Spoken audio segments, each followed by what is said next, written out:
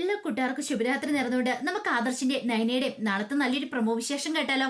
അതിനു മുമ്പായിട്ട് ആദ്യമായി കാണുന്നവരുണ്ടെങ്കിൽ ചാനൽ ഇഷ്ടപ്പെട്ട ഒന്ന് സബ്സ്ക്രൈബ് ചെയ്യാൻ മറക്കരുത്. വീഡിയോ ഇഷ്ടപ്പെടുവാണെങ്കിൽ ലൈക്ക് ചെയ്യാനും കമന്റ് ചെയ്യാനും മറക്കരുത് കേട്ടോ. അപ്പൊ നമുക്ക് നേരെ നമ്മുടെ വിശേഷത്തിലേക്ക് പോയാലോ. അങ്ങനെ നാളത്തെ വിശേഷം നമ്മൾ കാണുന്നത് ആദർശ മുത്തശ്ശനോടും മുത്തശ്ശിയോടൊക്കെ ആ കാര്യം പറയാണ്. എനിക്ക് നയനയോട് വിരോധമുണ്ട്, നയനയോട് മാത്രമല്ല അമ്മയോടും വിരോധമുണ്ടെന്ന് പറയാണ്. ഇത് കേട്ട് കഴിഞ്ഞപ്പോഴത്തേനും മുത്തശ്ശൻ ചോദിച്ചു, അതെന്താടാ മോനെ നീ അങ്ങനെ പറഞ്ഞേ, നിന്റെ മനസ്സിൽ എന്തെങ്കിലും ഉണ്ടോന്ന് ചോദിക്കാം. എനിക്ക് ചില സംശയങ്ങളൊക്കെ ഉണ്ട്. അമ്മയും നയനെ നമ്മളെല്ലാവരും പറ്റിച്ചോണ്ടിരിക്കുവാന്ന്. അതെന്താ അങ്ങനെ തോന്നാൻ പ്രത്യേകിച്ച് കാരണം എന്താന്ന് അജയൻ ചോദിക്കുകയാണ്. ഇത് കേട്ട് കഴിഞ്ഞപ്പോഴത്തേനും ആദർശ് പറഞ്ഞു, അത് പിന്നെ എന്റെ മനസ്സിൽ അങ്ങനെ ചില സംശയങ്ങളൊക്കെ ഉണ്ട്.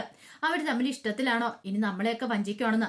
അങ്ങനെ എന്തേലും ആണെങ്കിൽ എനിക്കത് സഹിക്കാനും ക്ഷമിക്കാനും പറ്റില്ല മുത്തശ്ശാന്ന് പറയണേ. അങ്ങനെ എന്തെങ്കിലും ഉണ്ടെങ്കിൽ ആ നല്ല കാര്യമല്ലടാ മോനെന്ന് ചോദിക്കും. അതൊക്കെ നല്ല കാര്യം തന്നെയാ മുത്തശ്ശ, പക്ഷെ ഒരു കാര്യമുണ്ട്, എന്നോട് മറച്ചു വെക്കുന്ന കാര്യം അവർക്കില്ലല്ലോ. എന്തൊക്കെയോ എന്നിരുന്നു അവർ ഒളിക്കുന്ന പോലെ എനിക്ക് തോന്നുന്നുണ്ട്. ഒരു തവണയല്ല പലപ്പോഴായിട്ട് അതൊക്കെ എനിക്ക് ഫീൽ ചെയ്യുന്നുണ്ടെന്ന് പറയാണ്. ഇത് കേട്ട് കഴിഞ്ഞപ്പോ വസുന്ധര മുത്തശ്ശി പറഞ്ഞു, അങ്ങനെയാണെങ്കിൽ അത് നമുക്കൊന്ന് നോക്കണമല്ലോ എന്ന് പറയാണ്. ഇത് കേട്ടപ്പം ജയൻ പറഞ്ഞു, അത് ശരിയാ, അങ്ങനെയാണ് ശരിക്കും ഒന്ന് വീക്ഷിച്ചാൽ മതി, അറിയാനായിട്ട് സാധിക്കുമല്ലോ. അവർ തമ്മിൽ എന്തെങ്കിലും ഒരു കള്ളത്തരം ഉണ്ടെങ്കിൽ നമുക്കത് കണ്ടുപിടിക്കാം. അതിന് നീ ഇത്രമാത്രം ടെൻഷൻ അടിക്കേണ്ട കാര്യമൊന്നുമില്ല ആദർശ് എന്നൊക്കെ പറഞ്ഞുകൊണ്ട് ആദർശിനെ സമാധാനിപ്പിക്കുകയാണ്. പിന്നീട് ആദർശ് മുറിയിലേക്ക് പോയാലും ആദർശിന്റെ മനസ്സ് നിറയെ ടെൻഷനായിരുന്നു. അമ്മേ, നയനയുടെ അടുത്തയിലേക്ക് കയറി പോകാൻ താൻ കണ്ടതാ, നയനെയൊന്ന് വിളിച്ചു നോക്കിയാലോ എന്ന് കരുതിയിട്ട് ആദർശ് നയനയെ വിളിക്കുകയാണ്. നയനയെ വിളിച്ചിട്ട് ചോദിച്ചു, അല്ല നീ എന്തെടുക്കുവാന്ന് ചോദിക്കണം. ഞങ്ങളിവിടൊക്കെ വിഷുവൊക്കെ ആഘോഷിച്ച് ഇങ്ങനെ ഇരിക്കുവാന്ന് പറയണം. പിന്നീട് അമ്മ എങ്ങാനും വിളിക്കുക എന്തെങ്കിലും ചെയ്തോ? ഇല്ല, വിളിച്ചല്ലോ ആദർശേട്ടാ. എന്താ അങ്ങനെ ചോദിച്ചേ? അല്ല ചോദിച്ചാ വിഷു ആയിട്ട് ഇനി നിന്നെ വിളിച്ചോ, വിഷു കൈ നീട്ടം തരാൻ പറ്റോ? അമ്മ എന്നെ അങ്ങനെ വിളിക്കാറൊന്നും ഇല്ലല്ലോ, വിഷു കൈ നീട്ടൊന്നും അമ്മ എനിക്ക് കൊണ്ട തരത്തൊന്നും ഇല്ലാന്ന് പറയണം. ആദർശന് ഒരു കാര്യം ഉറപ്പായി, നായനെ അപ്പം നന്നായിട്ട് കള്ളത്തരം പറയാണ് തന്റെ മുന്നില്. തന്റെ കണ്ണുകൊണ്ട് താൻ കണ്ട അമ്മ അങ്ങോട്ടേക്ക് കയറി പോന്നെ. എന്നിട്ടാണ് നയന തന്റെ അടുത്ത് ഈ ഊടായ്പ വർത്താനം പറയണേ. സാരമില്ല, തെളിവ് സായുധം തന്റെ കൺമുന്നിൽ കണ്ടല്ലോ, ഇനിയിപ്പോ അത് ഒന്നുകൂടെ പിടിക്കണം, ശരിക്കും രണ്ടുപേരും ഒരുമിച്ച് പിടിക്കണം, എന്നിട്ട് കാര്യമുള്ളൂ. ഇപ്പം താനിത് വിശ്വസിക്കുന്നുണ്ട്, പക്ഷെ മറ്റൊരാളോട് പറഞ്ഞാൽ ചിലപ്പോൾ അത് വിശ്വസിക്കണമെന്നില്ല. അങ്ങനത്തെ അഭിനയമാണല്ലോ അവർ രണ്ടുപേരും കാഴ്ച വെച്ചുകൊണ്ടിരിക്കണേ എന്നൊക്കെ ഒരു ചിന്ത വന്നു കഴിയുമ്പോഴത്തേനും ആദർശൻ സഹിച്ചില്ല. അവൾ എന്തിനാ തന്റെ അടുത്ത് ഈ കള്ളത്തരം പറയണമെന്ന് മാത്രം മനസ്സിലായില്ല. അമ്മ കള്ളത്തരം പറഞ്ഞാലും അവൾ ഒരു കാരണവശാലും കള്ളത്തരം പറയാൻ പാടില്ലാത്താണ്. ഈ സമയം നന്ദുവിന്റെ അരിയിലേക്ക് നയന എന്നിട്ട് പറഞ്ഞു, അതെ എനിക്ക് നിന്നോട് കാര്യം പറയാണ്ട്. ഇപ്പൊ അമ്മ തന്നെ വന്ന് പറഞ്ഞിട്ട് പോയത് കേട്ടോ നീയാ, നിനക്കറിയാലോ അനാമികയുടെ അനിയുടെ ജീവിതത്തെക്കുറിച്ച്. അവർക്ക് നല്ലൊരു ജീവിതം ഉണ്ടാവണം, ഇനി നമ്മൾ കാരണം അവരുടെ ജീവിതം ഒരു കാരണവശാലും നശിച്ചു പോലെന്ന് പറയണം. അത് കേട്ടതും ഒരു നിമിഷം ആലോചിച്ചിട്ട് നന്ദു പറഞ്ഞു, ഞാൻ എന്ത് ചെയ്യണമെന്നാ ചേച്ചി പറയണേ? അല്ല നിനക്കറിയാലോ ഞാൻ വിസ്തീരിക്കേണ്ട കാര്യമുണ്ടോ? ഇനിയിപ്പൊ നീ ക്യാമ്പിന് പോവാണ്, ട്രെയിനിങ്ങിനും ക്യാമ്പിനും ഒക്കെ പോയിട്ട് വന്നാലും അനിയുമായിട്ട് അധികം കൂട്ടിനൊന്നും പോണ്ട, അവനെ കാണാനോ സംസാരിക്കാനോ പോണ്ട. നമ്മളങ്ങനെ കാണുകയും സംസാരിക്കുകയും ചെയ്യുമ്പോഴാണ് അവരുമായിട്ട് കൂടുതൽ അടുപ്പമുണ്ടാകുന്നേ. വെറുതെ എന്തിനാ അവന്റെ മനസ്സിൽ പ്രതീക്ഷകൾ കൊടുക്കുന്നേ? നീ ഇച്ചിരി അകന്ന് നിന്നാ മതി, അവൻ വിളിച്ചാൽ ഫോൺ പോലും എടുക്കണ്ടെന്ന് പറയണം. ഇത് കേട്ടതും ഒരു നിമിഷം നന്ദു ഒന്ന് ആലോചിച്ചിട്ട് പറഞ്ഞു, ചേച്ചിക്ക് തോന്നുന്നുണ്ടോ ഞാൻ അവനെ വിളിക്കാതിരുന്നാല്, കോൾ എടുക്കാതിരുന്നിട്ടുണ്ടെങ്കിൽ അവൻ എന്നിൽ നിന്ന് അകന്നു പോകുന്ന ചേച്ചിക്ക് ഒരു ചിന്തയുണ്ടോന്ന് ചോദിക്കും. അതെന്താ നീ അങ്ങനെ പറഞ്ഞേ? അല്ല അങ്ങനെ ചിന്തയുണ്ടെങ്കിൽ എനിക്ക് കുഴപ്പമൊന്നുമില്ല, പക്ഷെ എനിക്ക് കുറച്ച് വിശ്വാസമുണ്ട് അവനൊരിക്കലും അങ്ങനെ മാറാൻ പോകുന്നില്ല. ഇനിയിപ്പം ഞാൻ അവനെ ഉപേക്ഷിച്ചിട്ട് പോയെന്ന് പറഞ്ഞാലും അവൻ ഒരു കാരണവശാലും അനാമികയെ സ്നേഹിക്കാൻ പോകുന്നില്ലെന്ന് പറയാണ്. അതെന്താ മോളെ നീ അങ്ങനെ പറഞ്ഞേ? എനിക്കറിയാം അനിയെക്കുറിച്ച് നന്നായിട്ട് മനസ്സിലാക്കിയിട്ട് തന്നെയാ പറയണേ. അവന്റെ മനസ്സിന്റെ ഒരു കോടി പോലും അനാമികയില്ല. ചേച്ചിക്കറിയാവോ, അനാമി എന്തൊക്കെയോ വലിയ കള്ളത്തരം പറയുന്നുണ്ടെന്ന് അനി പറയണേ. അവൾ ഉദ്ദേശിച്ച പോലെ ഒന്നും അല്ല അനാമിക. അവള് ഓരോന്നൊക്കെ കാണിച്ചു കൂട്ടുന്നുണ്ട് നമ്മളറിയാതെ. അവള് ക്ലബിലും അവിടെ ഇവിടെയൊക്കെ പമ്പിലും ഒക്കെ പോകുന്നുണ്ടെന്ന് പറയണം. സത്യമാണോ പറയണെന്ന് ചോദിക്കും. എന്നോട് അനി പറഞ്ഞ കാര്യങ്ങളാ. അവൻ എന്താണല്ലോ അവന്റെ ഭാര്യയെക്കുറിച്ച് ഇത്ര വലിയ കള്ളത്തരമൊന്നും പറയേണ്ട കാര്യമില്ല. അനിയെല്ലാം കണ്ണടച്ചു വിടുന്ന എന്തുകൊണ്ടാണെന്നറിയാവോ?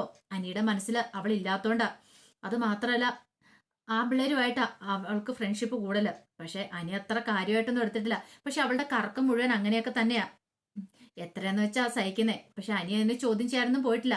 എനിക്ക് അതിനോട് താല്പര്യം ഇല്ലാത്തതുകൊണ്ട് മാത്രം അനി അതൊക്കെ ചെയ്യാത്തെ. പക്ഷെ അവളത്ര നേരായ പാതയിലൊന്നും അല്ല സഞ്ചരിക്കണേ. ഇതെല്ലാം കേട്ടപ്പം നയനയ്ക്ക് എന്ത് ചെയ്യണമെന്ന് അറിയത്തില്ല. ഒരു പുതിയ അറിവായിരുന്നു നയനയ്ക്കത്. നയന പറഞ്ഞു, എന്തായാലും കുഴപ്പമില്ല, എന്താണെങ്കിലും നമ്മൾ അതിനെക്കുറിച്ച് ചിന്തിക്കാൻ പോകണ്ട, നമ്മൾ ചെയ്യേണ്ട കാര്യങ്ങൾ നമ്മൾ ചെയ്യുക. നീ കൂടുതൽ അടുപ്പമൊന്നും കാണിക്കാൻ പോകണ്ട, അതെന്റെ പേരിൽ ഇനി പ്രശ്നം ഉണ്ടാവണ്ട. അറിയാലോ അമ്മയാണെങ്കിലും വന്ന് പറഞ്ഞിട്ട് പോയത്. ഇപ്പം ഞാനും അമ്മയും ശരിക്കും പറഞ്ഞാല് ഒരു മരുമോളും അമ്മായിയും തമ്മിലുള്ള ബന്ധമല്ല, അമ്മയും മോളും പോലെ തന്നെയാണ് കഴിയണേ. ഒരു പക്ഷേ അനിയുടെ പ്രശ്നം വന്നു കഴിഞ്ഞിട്ടുണ്ടെങ്കിൽ അമ്മയുടെ പ്രതികരണം എങ്ങനെയാന്ന് പറയാൻ പറ്റില്ല. അമ്മ അത്രമാത്രം അനിയെ സ്നേഹിക്കുന്നുണ്ട്, കുടുംബത്തെ സ്നേഹിക്കുന്നുണ്ടെന്നൊക്കെ പറയാണ്. അങ്ങനെ നന്ദുവിനെ നയനെ ഉപദേശിക്കുന്നൊക്കെ ഉണ്ട്. ആ സമയം ദേവേനി വീട്ടിലേക്ക് വന്നു. ദേവേനി വീട്ടിലേക്ക് വന്ന് കുറച്ചു നേരം കഴിഞ്ഞപ്പോഴാണ് ജാനകിയും ചലിച്ച് ക്ഷേത്രത്തിലൊക്കെ പോയിട്ട് വരുന്നത്. പിന്നീട് ചോദിച്ചു, അല്ല എന്ത് പരിപാടി എടുത്തി കാണിച്ചേ? എടുത്തി എല്ലാ തവണ ഞങ്ങളെ വിളിച്ചോണ്ട് പോകുന്നല്ലേ, ഇത്തവണ എന്താ ഞങ്ങളെ വിളിക്കാത്തെന്നൊക്കെ ചോദിക്കാം. അത് പിന്നെ നിങ്ങൾ പിന്നെ എഴുന്നേറ്റ് റെഡിയായിട്ട് വരുമ്പോൾ കുറെ താമസിക്കുമല്ലോ, രാവിലെ പോയിട്ട് വരാലോ, എനിക്ക് അടുക്കളയിൽ കയറാൻ വിഷു അല്ലേ, അപ്പൊ വിഭവങ്ങളൊക്കെ ഉണ്ടാക്കണ്ടേ, അത് കരുതിയിട്ട് ഞാൻ ആരോടും പറയാതെ പോയെന്ന് പറയാം. എന്നാലും കാണിച്ച് മോശമായി പോയെന്നൊക്കെ പറയുന്നുണ്ട്. പിന്നീട് ദേവേനി അനാമയുടെ അരിയിലേക്ക് ചെല്ലുവാണ്. അനാമയുടെ അടി ചെന്നിട്ട് ചോദിച്ചു, അല്ല അനി വിഷുക്കൈനീട്ടം ഒക്കെ തന്നെന്ന് ചോദിക്കാം. പിന്നെ അവൻ വിഷുക്കൈനീട്ടം തന്നു പോലും, ഇനി അപ്പൊ അതിന്റെ ഒരു കുറവും കൂടെ ഉള്ളെന്ന് പറയും. അത് നമ്മൾ അങ്ങനെ പറഞ്ഞേ? അല്ല അവനെ കുറിച്ച് കൂടുതൽ പറയാതിരിക്കുന്ന ഭേദം. അല്ല വല്യമ്മയ്ക്ക് വേറൊന്നും പറയാനില്ലേന്ന് ചോദിക്കാണ്. ഇത് കേട്ടതും അനാമയോട് പറഞ്ഞു, മോൾക്കൊരു വിഷുക്കൈനീട്ടം തരാൻ വേണ്ടി വന്നാന്ന് പറയും. വിഷുക്കൈനീട്ടോ എന്താന്ന് ചോദിക്കാണ്. അങ്ങനെ അവൾക്ക് അനാമയ്ക്ക് വിഷുക്കൈനീട്ടം കൊടുത്ത് സ്വർണ്ണമായിരുന്നു. പ്രത്യേകം നയന പറഞ്ഞിട്ടുണ്ടായിരുന്നു, അനാമയ്ക്ക് കണത്തിൽ എന്തെങ്കിലും കൊടുക്കണം, അവളുടെ മനസ്സിൽ ഒരു സന്തോഷമൊക്കെ തോന്നിക്കണം വിഷുവിന്. ഇനിയിപ്പൊ അയിനി മൈൻഡ് ചെയ്യാത്തന്റെ ആ വിഷമം അതങ്ങോട്ട് മാറ്റിയെടുക്കണമെന്ന്. സ്വർണം കിട്ടിക്കഴിഞ്ഞപ്പോഴത്തേനും അനാമയ്ക്ക് ഭയങ്കര സന്തോഷമായി. അനാമി പറഞ്ഞു, എന്റെ ഭർത്താവ് പോലും എനിക്ക് ഇതുപോലെ ചെയ്തു തന്നിട്ടില്ല. കാര്യം വളരെ 2-3 ജൂവലർ നോക്കുന്ന. കാരണം ഒരു മാല ഇപ്പം വല്യമ്മ തന്നു, പക്ഷെ ഒരു മാല പോയിട്ട് ഒരു ചെറിയ മോതിരം പോലും അവൻ എനിക്ക് തന്നിട്ടില്ല എന്ന് പറയാം. വിഷുവായിട്ട് ഇത്രയും വലിയൊരു വിഷു കൈനീട്ടം എനിക്ക് അമ്മയെ തരണേന്ന് പറയണം. ശരിക്കും പറഞ്ഞാല് വല്യമ്മയാണ്, പക്ഷെ ഞാൻ വല്യമ്മയുടെ പറഞ്ഞ അമ്മയായിട്ടാ ഞാൻ കാണുന്നതെന്നൊക്കെ പറയണം. അങ്ങനെ പുകഴ്ത്തി അങ്ങോട്ട് പറയണം. ഇത് കേട്ടതും ദേവേന് പറഞ്ഞു, അതെ അനി എനിക്ക് എന്റെ മോനെ പോലെയാ, ആദർശന സ്ഥാനത്താ ഞാൻ അവനെ കാണുന്നേ, അതുപോലെ തന്നെയാ നിന്നെ ഞാൻ കാണുന്നേ. നീ എന്നെ എങ്ങനെയാണോ കാണുന്നത് അതുപോലെ തന്നെ ഞാൻ നിന്നെ കാണുന്നേ. നിന്നെ ഞാൻ മോളായിട്ടാ കരുന്നേ, അതുകൊണ്ടാ നിനക്ക് ഞാൻ തരുന്നേ. എനിക്കൊരു വേർതിരിവൊന്നും ഇല്ലാന്ന് പറയണം.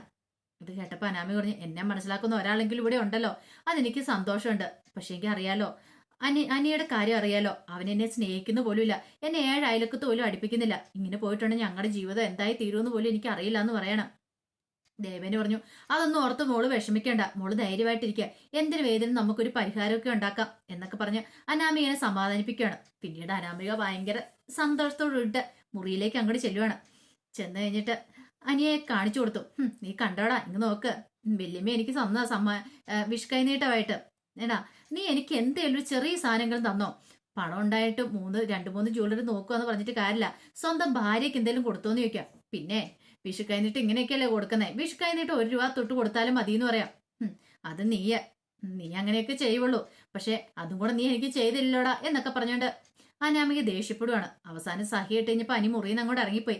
ഇവളുടെ അടുത്ത് ഇരുന്നാലല്ലേ ഇതൊക്കെ കേൾക്കേണ്ടി വരുള്ളൂ, ഇറങ്ങി പോവാണ് പിന്നെ കുഴപ്പമില്ലല്ലോ എന്ന് കരുതിയിട്ട് അങ്ങോട്ട് ഇറങ്ങി പോവാണ്.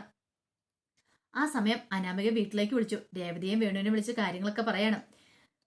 കൊടുത്ത സമ്മാനം, ദേവന് കൊടുത്ത സമ്മാനത്തെ കുറിച്ചൊക്കെ പറയണം. എല്ലാം കേട്ട് കഴിഞ്ഞപ്പോ രേവതി പറഞ്ഞു, മോളൊരു കാര്യം ചെയ്യാം, അതിങ്ങ് കൊണ്ടുവരാൻ പറയണം. പിന്നെ ഇതും കൂടെ ഞാൻ അങ്ങോട്ട് കൊണ്ടേ തരണമല്ലേ? എന്റെ മോളെ, നിനക്കറിയാലോ ഇവിടുത്തെ അവസ്ഥ എന്താന്ന്. അത്ര കൊണ്ട് തന്ന അത്ര ആയില്ലേ, മോളിങ്ങോട്ട് വാ, ഞങ്ങൾക്കത് കാണുകയും ചെയ്യാലോന്ന് പറയാം. ആ പൂതി അങ്ങോട്ട് മനസ്സിൽ വെച്ചാൽ മതി. നിങ്ങളുടെ മനസ്സിലിരിപ്പ് എന്താന്ന് എനിക്ക് മനസ്സിലായി. ഇത് വാങ്ങിച്ചെടുക്കാല്ലേ, ഞാൻ തരാമെന്നും പോകുന്നില്ല. അല്ലെങ്കിൽ തന്നെ ഇവിടെ മനുഷ്യ ഇപ്പൊ നെട്ടോട്ട് ഓടിക്കൊണ്ടിരിക്കുക. ഇനിയിപ്പൊ ഇതും കൂടെ കൊണ്ടു തന്ന് കുറച്ച് കഴിയുമ്പോൾ വല്യമ്മ ചോദിക്കും എന്തെന്ന് വെച്ച് ഞാൻ എന്താ മറുപടി പറയണ്ടേ? ഒരു മാല തന്നേന്റെ ഇതുവരെയായിട്ടും കേട് തീർന്നിട്ടില്ല. ഇതിൽ കൂടി എന്നൊക്കെയാണ് അന്വേഷണം വരുന്നതെന്ന് പറയാൻ പറ്റില്ല. പോരാത്തെ ഞാൻ നന്ദു എന്ന് പറയുന്നവൾ SI ആകാൻ പോവാ. അവൾ SI ആയിട്ടുണ്ടെങ്കിൽ എന്റെ കാര്യത്തിൽ ഒരു തീരുമാനമാവും. വല്ല അന്വേഷണം നടത്തിയിട്ടുണ്ടെങ്കിൽ നമ്മൾ കുടുംബക്കാർ മുഴുവൻ പോയി ജയിലിൽ കിടക്കേണ്ടി വരും എന്നൊക്കെ പറയാണ്. ഇത് കേട്ടപ്പോ രേവതി പറഞ്ഞു, അങ്ങനെയൊന്നും ഉണ്ടാവില്ല മോളെ, നീ ഒരു കാര്യം ചെയ്യുക, നിന്റെ അമ്മായിമ്മേനെ നമ്പി നിൽക്കുന്നേക്കാൾ നല്ലത് ഞാൻ ദേവേനെ നമ്പി നിൽക്കുന്ന. അങ്ങനെയാണെങ്കിൽ കുറെ സ്വർണ്ണമെങ്കിലും അടിച്ചു മാറ്റാൻ പറ്റും. നയനെ ഒരു കാരണവശാലും അങ്ങോട്ടേക്ക് അടുപ്പിക്കലെന്നൊക്കെ പറയാണ്. പിന്നീട് ആദർശിരിക്കുന്ന സമയത്ത് ദേവേനി വന്നിട്ട് ചോദിച്ചു, അല്ല നീ നയനെ വിളിക്കണില്ലേന്ന് ചോദിക്കുകയാണ്. എന്തിന്? അല്ല വിഷു അല്ലേ, അവളോട് വരാൻ പറ. അവള് വരുന്നില്ലെന്നാ പറഞ്ഞേ, നന്ദു പോയി കഴിഞ്ഞിട്ട് വരുമായിരിക്കും എന്ന് പറയാം. എന്നാലും അതല്ലല്ലോ, ഒരു മര്യാദ ഇല്ലേടാ, നീ അവളുടെ അടുത്തേക്ക് പോകുന്നില്ലേ, അവളെ കാണുന്നില്ല, അവൾക്ക് വിഷു കൈനീട്ടോ കൊടുക്കുന്നില്ല എന്ന് ചോദിക്കുകയാണ്. ഇത് കേട്ട് കഴിഞ്ഞപ്പോഴത്തേനും ദേവേന്റെ അടുത്ത് ആദർശ് ചോദിച്ചു, ഞാനിതിനാ അങ്ങോട്ട് പോണേ, അവൾക്ക് വിഷുക്കൈനീട്ടം കൊടുക്കണേ? അല്ല ഇനിയിപ്പൊ അതിന്റെ പേരിൽ ഇനി അവൾ അവിടെ നിൽക്കുവോ? ഇനിയിപ്പൊ നീ ചെന്ന് വിഷുക്കൈനീട്ടം കൊടുത്തില്ലെന്നും പറഞ്ഞുകൊണ്ട് അവൾ ഇങ്ങോട്ട് വരാതിരിക്കുമോ എന്ന് ചോദിക്കുക. അവൾ എന്ത് ചെയ്താ എനിക്കിപ്പോ എന്താ? അവൾ എന്ത് വെള്ളം കാണിക്കണ്ടേ? അവളുടെ ഇഷ്ടം പോലെ ചെയ്യട്ടെ എന്നൊക്കെ പറയാ. ഇത് ദേവേനിക്കൊരു ഞെട്ടലുണ്ടാക്കി. ദൈവമേ, പണി പാളിയോ എന്നൊരു ചിന്ത ദേവേന്റെ മനസ്സിലേക്ക് വരിക.